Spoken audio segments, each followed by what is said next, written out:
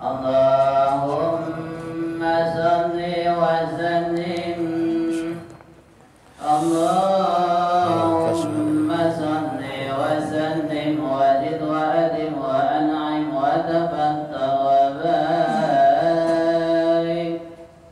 في جلالك وكمالك على الزين عبادك وأشرف عبادك أشعث العرب والعجم وإمام الطيبة والهرم وترجمان بلسان الكتاب ومنبع العلم والحكمة والحكم أبي القاسم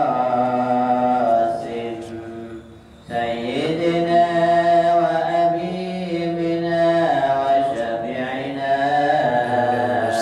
ومولانا محمد صلى الله عليه وسلم زده الشرف يا رب زده الشرف يا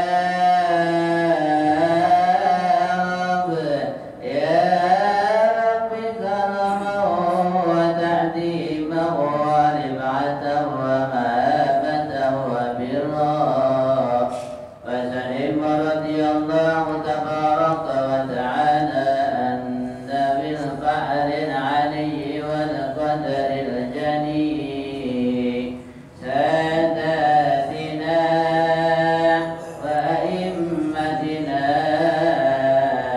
وموالينا أبي بكر وعمر وعثمان وعلي الحسن ثم الحسين وعن بقية الصحابة وقرابة رسول الله صلى الله عليه وعليهم أجمعين والحمد لله رب العالمين.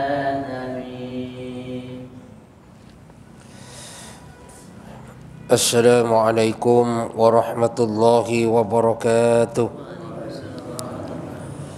Bismillahi alhamdulillah wala hawla wala quwwata illa billahil aliyyil azim. Ashhadu an la ilaha illallah wahdahu la syarika lah wa ashhadu anna Muhammadan abduhu wa rasuluh la nabiyya ba'dah. Allahumma salli wa sallim wa barik ala sayyidina Muhammadin wa ala alihi wa sahbihi ajma'in, amma ba'du. Yang kami hormati para ulama, para ustadz, hadirin hadirat, bapak-bapak, ibu-ibu yang dimuliakan Allah Subhanahu wa taala.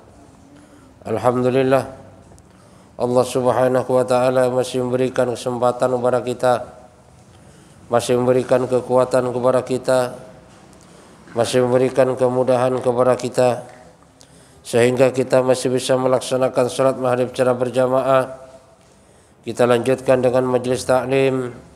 Ini semata-mata karena hidayah dan kekuatan daripada Allah Subhanahu wa taala. Maka mudah-mudahan seluruh ibadah yang kita lakukan diterima oleh Allah Subhanahu wa taala, menjadi sebab dosa kita diampunin oleh Allah, menjadi sebab dosa orang tua kita, mertua kita, guru-guru kita, keluarga kita, orang kampung kita, bahkan umat seluruh alam diampunin oleh Allah, menjadi sebab selamat daripada api neraka dan masuk surga tanpa dihisab oleh Allah Subhanahu wa taala. Kita lanjutkan taklim kita. Bismillahirrahmanirrahim. Qala musannif rahimakumullah wa rawal Qasim an Abi Umamah al-Bahili radhiyallahu anhu anna Nabi sallallahu alaihi wasallam qala sahibul yamin aminun ala sahibis shimal. Di mana Al-Qasim meriwayatkan dari Abi Umamah Al-Bahili,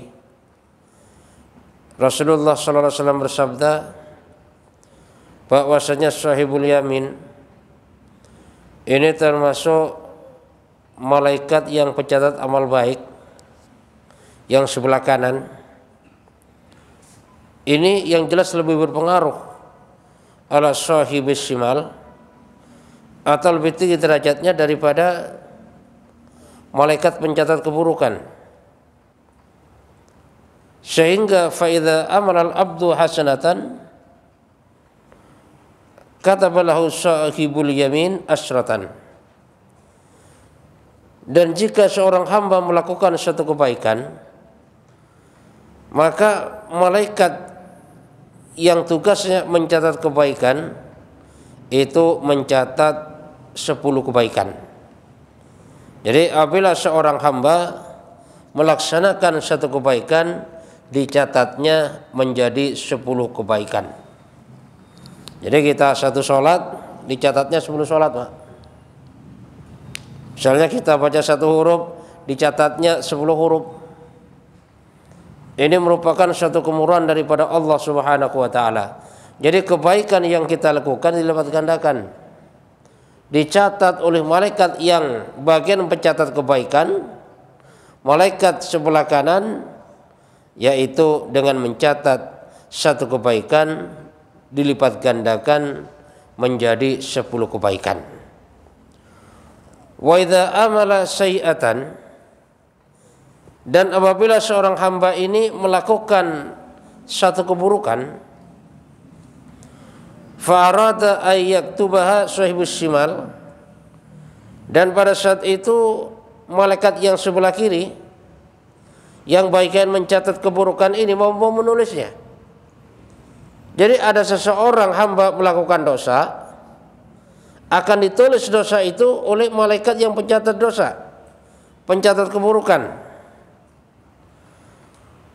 Qala sahibul yamin, maka malaikat yang bagian pencatat kebaikan ini memberikan perintah atau mempengaruhi kepada malaikat yang pencatat keburukan. Apa katanya? Amsik, jangan tulis dulu. Ini kata malaikat yang pencatat kebaikan, sahibul yamin. Jadi di saat ada seorang hamba melakukan sebuah kesalahan mau dicatat oleh sahibul shimal, kata sahibul yamin, amsik, tahan dulu. Artinya jangan ditulis dulu itu keburukan, biarkan dulu.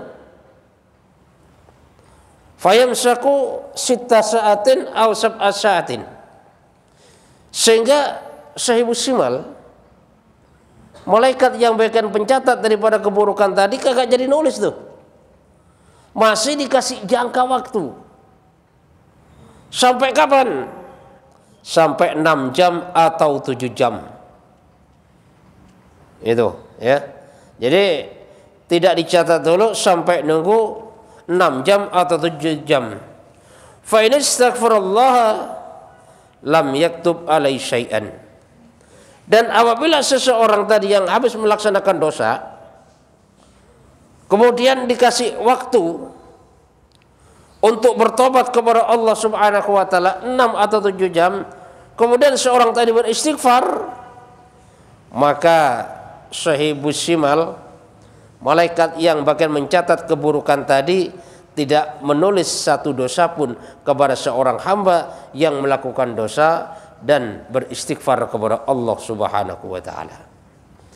Ini merupakan satu kemuliaan bagi kita seorang hamba yang lemah, hamba Allah Subhanahu wa taala, yang kita ibadahnya asal-asalan, kita banyak berbuat dosa, namun dosa yang kita perbuat ini tidak langsung dicatat, tapi dikasih tempo agar supaya bertobat kepada Allah Subhanahu wa taala. Di saat bertobat enggak dicatat apa-apa itu. Wa illam yastaghfir yaktubu alaihi sayi'atan wahidatan. Dan apabila seorang hamba tadi tidak bertobat, melakukan perbuatan dosa, udah ditunggu sampai 6 jam atau 7 jam barangkali beristighfar kepada Allah, bertobat kepada Allah, dan ternyata masih nggak tobat ini orang. Sudah dikasih kesempatan masih nggak mau tobat. Yang akhirnya apa? Yang akhirnya ditulis satu dosa. Jadi kalau berbuat baik, satu kebaikan ditulis menjadi 10 kebaikan. Tapi kalau berbuat dosa dan gak istighfar kepada Allah sampai waktu yang ditetapkan, maka hanya ditulis satu dosa oleh malaikat tadi. Ini kan termasuk kabar gembira, Pak. Kabar gembira bagi kita semuanya. Cuman ya jangan mentang-mentang seperti itu lalu kita banyak melakukan daripada dosa kepada Allah Subhanahu wa taala. Yang jadi permasalahan misalnya, nanti kan saya juga diampunin oleh Allah kalau istighfar. Lah iya kalau kita bisa istighfar, kalau enggak. Misalnya kita meremehkan, berbuat dosa, istighfar juga diampunin oleh Allah. Yang jadi permasalahan itu takut-takutnya kita nggak bisa istighfar. Mulut kita terasa keluh, hati kita nggak ada niat istighfar. Itulah yang jadi permasalahan. Artinya apa? Artinya kabar gembira yang semacam ini jangan sampai membuat kita terlena atau bahkan membuat kita itu sembrono, ya, tidak menjaga daripada dosa kepada Allah Subhanahu wa taala. Justru dengan kemurahan-kemurahan Allah yang semacam ini, kita harus sangat berhati-hati. Kita harus selalu menjaga, berusaha semaksimal mungkin jangan sampai terjatuh kepada yang namanya dosa. Walaupun istilahnya dengan berbagai macam cara. Kenapa? Karena yang namanya kita manusia ini, Pak, kan penuh dengan kelemahan. Jadi dosa yang disengaja maupun nggak disengaja itu ada saja. Kadang-kadang. Karena kita hidup di dunia ini kan ada yang namanya nafsu. Nafsu ini maunya kepada keburukan. Nafsu ini maunya kepada dosa. Sehingga kadang-kadang kita maunya berbuat baik, tapi kalau kita tidak mampu menahan daripada nafsu kita, maka kita terjerumus kepada yang namanya keburukan. Kenapa? Karena setan ini selalu menggoda kita. Bahkan kita di masjid, Pak, itu masih digoda sama setan. Bagaimana seandainya melakukan kebaikan, itu pun jangan sampai sempurna. Melakukan kebaikan jangan sampai maksimal.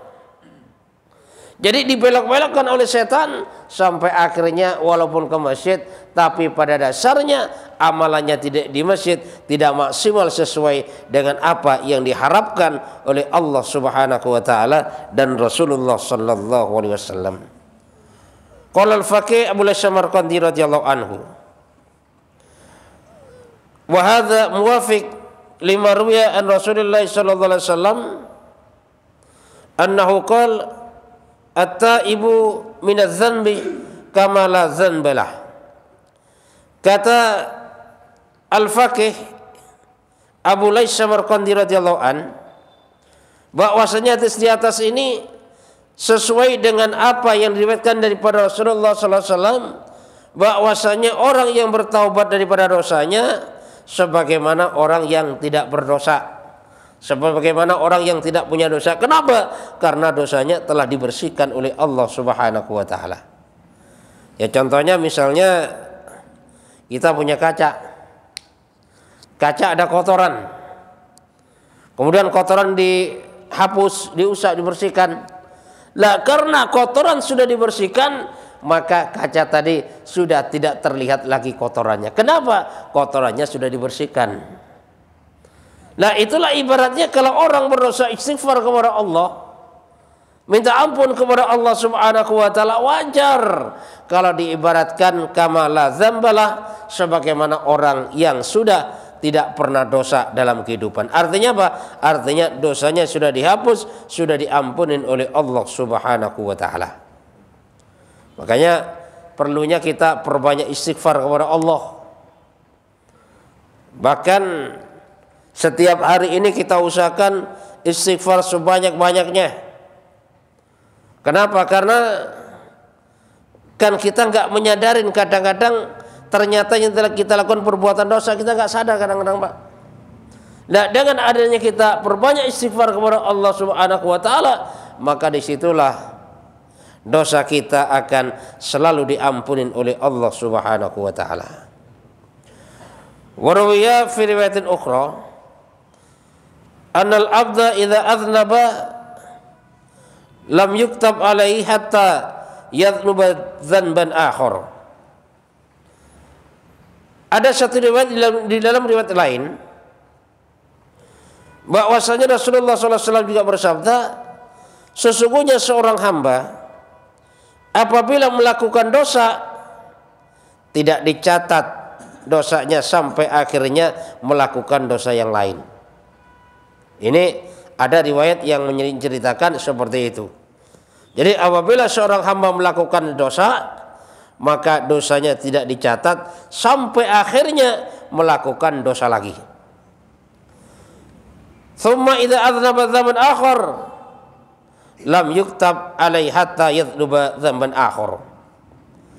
Dan di saat sudah melakukan dosa lagi, dosa yang lain, tapi ternyata masih juga belum dicatat sampai akhirnya melakukan dosa yang lain lagi, ya. Jadi melakukan satu dosa nggak dicatat sampai nunggu dia bertobat. Nunggu melakukan dosa lagi. Setelah melakukan dosa lagi, ternyata nggak dicatat lagi. Fa idza ijtama'at alaihi khamsatu min adz-dzunub, dan apabila seorang hamba tadi sudah melakukan dosa berkali-kali dan dosanya sampai kumpul 5 dosa, ya, udah 5 kali melakukan dosa, wa amala hasanatan wahidatan kutiba lahu khamsu hasanatin, dan melakukan satu amalan kebaikan maka dicatat baginya 5 kebaikan. Wa ju'ilal khamsu bazahin khamsu sayiatin, dan yang kelima yang lain ini menjadi tebusan bagi keburukannya. Artinya apa? Artinya apabila seorang hamba melakukan satu dosa itu enggak dicatat sampai melakukan dosa lagi, melakukan dosa lagi sampai 5 kali. Setelah berkumpul 5 dosa dengan melakukan satu kebaikan, maka satu kebaikan yang dilakukan tadi ini dicatat menjadi 5 kebaikan. Kemudian yang 5 kebaikan lagi itu sebagai penghapus daripada dosa-dosa. Artinya kalau kita kaitkan kepada hadis pertama tadi, bahwasanya satu kebaikan yang dilakukan oleh seorang hamba dicatat menjadi 10.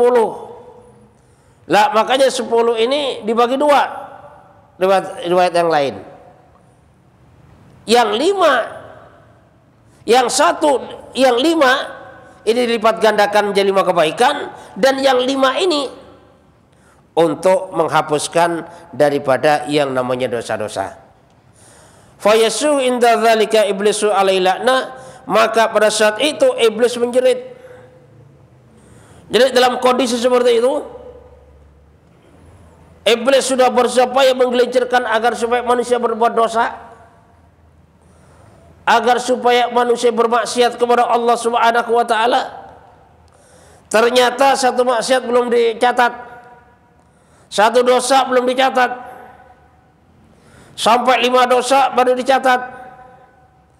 Dan dengan 5 dosa tadi kemudian beramal baik, taubat istighfar kepada Allah Subhanahu wa taala, maka keburukannya dihapus oleh Allah Subhanahu wa taala. Maka dalam kondisi seperti itu iblis itu menjerit. Kenapa? Karena udah merasa gagal. Wa yaqulu kaifa astati'u ala ibni Adam. Kata iblis, bagaimana kalau begini kondisinya? Saya tidak mampu melawan anak Adam, kata iblis. Wa inni wa ijtahadtu alaihi yubtal bi khamsati hasanat wa bi khamsi yubtal bi hasanatin wahidatin jami'u jukti, kata iblis.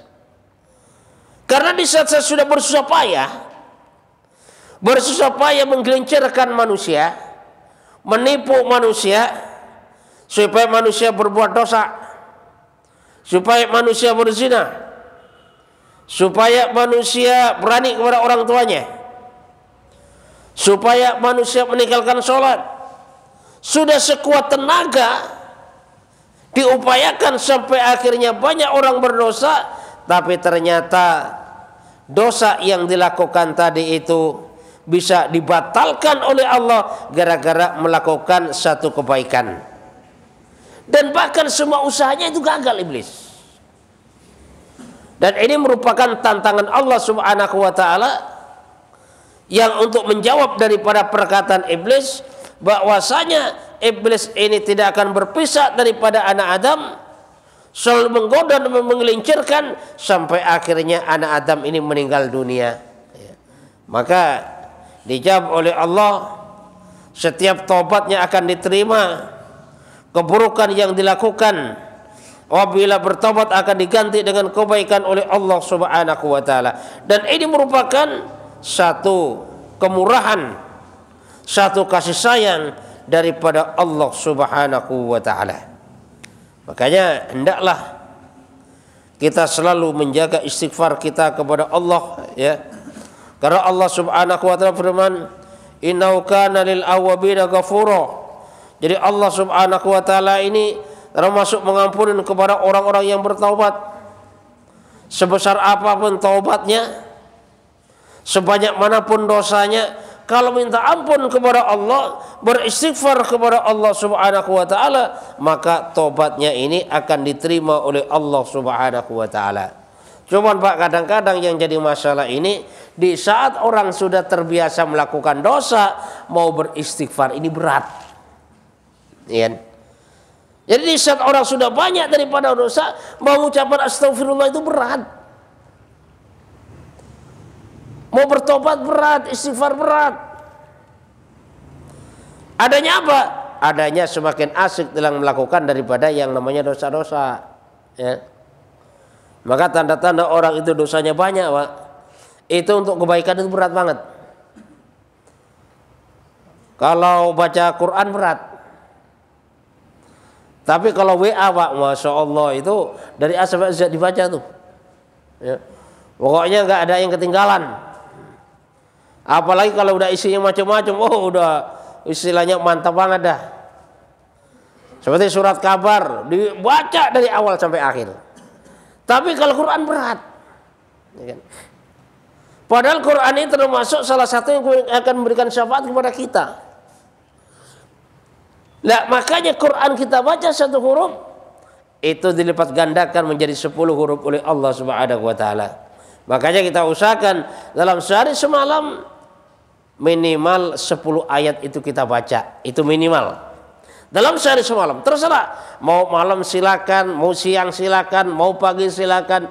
Yang penting intinya Quran itu kita baca 10 menit saja, itu sudah lebih beberapa ayat. Dan itu termasuk salah satu tanda cinta kita pada Quran. Dan kita baca Quran pada dasarnya itu nanti akan melebur daripada dosa-dosa kita. Dosa yang selama ini kita lakukan, dosa yang selama ini kita perbuat, dengan baca Quran maka dosa-dosa itu akan dibatalkan oleh Allah Subhanahu wa taala, bahkan akan diganti dengan kebaikan-kebaikan. Nah, makanya di sini perlunya kita jihadun nafsi, kita berperang dengan hawa nafsu kita. Kenapa? Karena yang namanya nafsu ini, Pak, berat rasanya kalau dibawa kepada kebaikan. Ini nafsu. Ya. Nah, makanya nafsu harus dilawan. Nafsu itu harus dilawan. Harus berperang dengan nafsu. Sehingga seseorang kalau sudah mampu memerangi daripada nafsunya, maka di situ hidayah akan dibukakan oleh Allah Subhanahu wa taala. Walladzina jahadu fina lanahdiyannahum subulana. Barang siapa yang bersungguh-sungguh berjihad melawan nafsunya, maka jalan-jalan Allah akan dibuka oleh Allah. Lah kita habis maghrib maunya nafsukan pulang aja dah ke rumah. Ya bercandalah sama anak, sama istri, sama cucu. Ya nonton TV lah, cara kan bagus-bagus habis maghrib. Itu maunya nafsu. Cuman kita berjuang dengan nafsu, kita tundukkan nafsu kita, sehingga keinginan nafsu nggak kita turutin. Kita belajar mengikuti keinginan Allah Subhanahu wa taala. Kita duduk majelis taklim walaupun dengan berat hati, walaupun istilahnya pinggang rasanya sakit, kita tahan sampai isya nanti, maka itu bentuk daripada perjuangan melawan nafsu. Lah orang yang kuat menahan nafsu yang semacam itu, maka pintu hidayah akan dibuka oleh Allah Subhanahu wa taala. Ya sedikit demi sedikit, maka nanti akan diberikan kepahaman oleh Allah. Cuman sekarang Pak, yang masih berat itu, jihadun nafsi itu, kalau majelis taklim itu duduk secara sunnah ini berat. Memang sudah mampu kita duduk di majelis taklim, cuman duduk secara sunnah yang dulu diajarkan oleh para sahabat, ini yang belum mampu. Bagaimana dulu malaikat Jibril datang kepada Rasulullah SAW, langsung duduk di depannya dalam keadaan iftiras, kemudian lutut dan lutut ini bersatu, ditempelkan, kemudian nanya masalah Islam, nanya masalah iman, nanya masalah ihsan. Dan sebenarnya pada saat itu malaikat Jibril itu mengajarkan bagaimana duduknya majelis taklim, yaitu dengan duduknya rapat-rapat. Nah inilah yang masih jarang dilakukan, bahkan di masjid-masjid mana saja jarang dilakukan. Artinya apa? Artinya duduknya majelis taklim ini masih disesuaikan dengan nafsunya, bukan disesuaikan dengan apa yang dicontohkan oleh Rasul dan para sahabatnya. Sehingga apa? Sehingga kalau seseorang mampu melaksanakan duduk majelis taklim sebagaimana duduknya para sahabat Rasulullah SAW, maka kepahaman akan semakin diberikan oleh Allah Subhanahu wa taala. Makanya banyak kalau majelis taklim di masjid mana-mana itu, ya memang kadang-kadang mojok-mojok Pak, ada pojok sana, pojok sini, jarang yang rapat, itu jarang. Kecuali memang orang sudah terbina imannya, sudah siap melaksanakan perintah Allah Sunnah Rasul, maka di situ siap untuk duduknya rapat-rapat, ya, sebagaimana yang dicontohkan oleh Rasulullah SAW. Duduk rapat-rapat itu akan mengundang hidayah daripada Allah Subhanahu wa taala. Sehingga kebaikan dibuka oleh Allah, kebaikan dibuka oleh Allah, sampai akhirnya dia itu akan merasa nikmat melaksanakan daripada yang namanya kebaikan. Makanya kita itu perlunya ada tirakat Pak. Tirakat itu istilah orang Jawa, riyadhah. Riyadhah itu ya istilahnya jihadun nafsi. Jadi perang melawan hawa nafsu, agar supaya kita tidak dicengin melulu. Karena selama ini kan kita dicengin melulu kalau nafsu, sehingga bawaannya males melulu, bawaannya pengen tidur melulu. Itu nafsu semuanya itu. Ibadah berat banget rasanya. Tapi kalau mancing seharian kuat sampai nggak sholat. Itu ada itu Pak. Malam banting gaple semalaman, giliran subuh ngorok. Nah ini tanda-tanda orang yang diperbudak oleh nafsunya. Nah kalau sampai malaikat Israel datang kepadanya dan belum bertobat kepada Allah Subhanahu wa taala, bagaimana nasibnya dikubur besok? Bagaimana nasibnya saat dibangkit dari alam kubur? Bagaimana nasibnya di padang mahsyar? Bagaimana nasibnya melintas sirat? Lalu bagaimana nasibnya di akhirat besok? Surga atau neraka itu loh. Lah makanya dalam kehidupan kita ini yang tidak disukai oleh nafsu dan itu perintah Allah, itulah yang harus kita cari. Jadi untuk mencari ridha Allah itu perintah Allah sunnah Rasul, tapi nafsu nggak suka, itulah yang harus kita jalanin.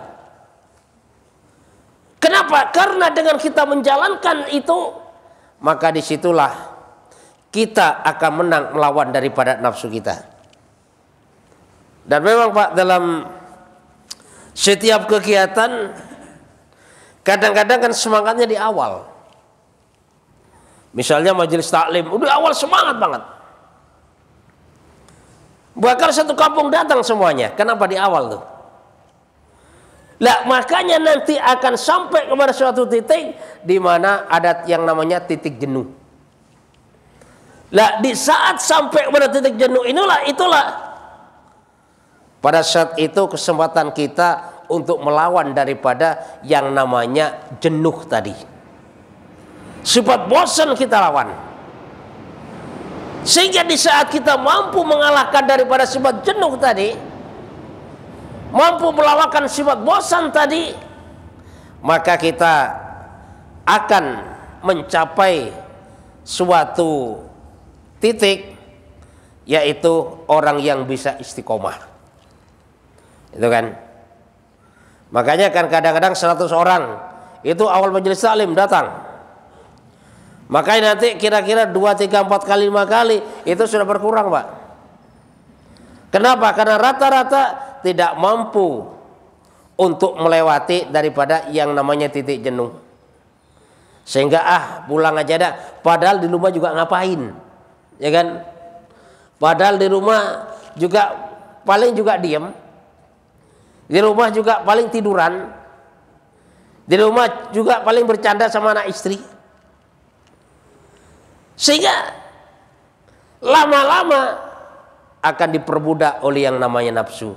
Kalau orang sudah diperbudak oleh yang namanya nafsu, maka melakukan kebaikan ini terasa berat. Berat banget. Tapi kalau melaksanakan keburukan, ini terasa ringan. Makanya kalau ada sifat-sifat yang demikian dalam diri kita, maka kita segera berusaha beristighfar kepada Allah. Kita berusaha bertobat kepada Allah Subhanahu wa taala. Kita lawan yang sekiranya perbuatan itu berat, tapi diridhai oleh Allah Subhanahu wa taala. Karena dengan kita melawan demikian, maka kita akan sampai kepada satu titik, yaitu yang namanya istiqomah, melaksanakan ibadah kepada Allah Subhanahu wa taala. Tapi di saat kita tidak mampu melawan jenuh tadi, melawan rasa bosan tadi, maka pada dasarnya dalam kehidupan kita ini akan banyak dipermainkan. Jangankan anak muda, orang tua saja banyak yang hidupnya itu dipermainkan. Kenapa? Karena tidak mampu melewati yang namanya titik jenuh atau perasaan bosan tadi. Harus kita paksa, Pak. Diri kita harus kita paksa. Karena kalau nggak memaksa diri sendiri, siapa yang memaksa? Orang lain nggak mungkin maksa. Jangankan maksa, ngingetin aja kadang-kadang nggak. Lah makanya dengan kita banyak duduk majelis taklim, sehingga kita nanti tahu bagaimana caranya hidup, bagaimana caranya arahan Allah dan Rasulullah, bagaimana kita bisa mencapai daripada yang namanya sifat istiqomah, maka akan didapatkan di saat kita sering dan istiqomah rajin duduk di majelis taklim. Mudah-mudahan Allah Subhanahu wa taala memberikan kepahaman kepada kita sehingga kita diberikan sifat istiqomah oleh Allah Subhanahu wa taala sampai kapan? Sampai akhirnya kita meninggal dunia membawa iman kepada Allah, husnul khatimah, selamat daripada api neraka dan masuk surga tanpa dihisab oleh Allah Subhanahu wa taala. Subhanakallahumma bihamdika asyhadu an la ilaha illa anta astaghfiruka wa atubu ilaik. Assalamualaikum warahmatullahi wabarakatuh.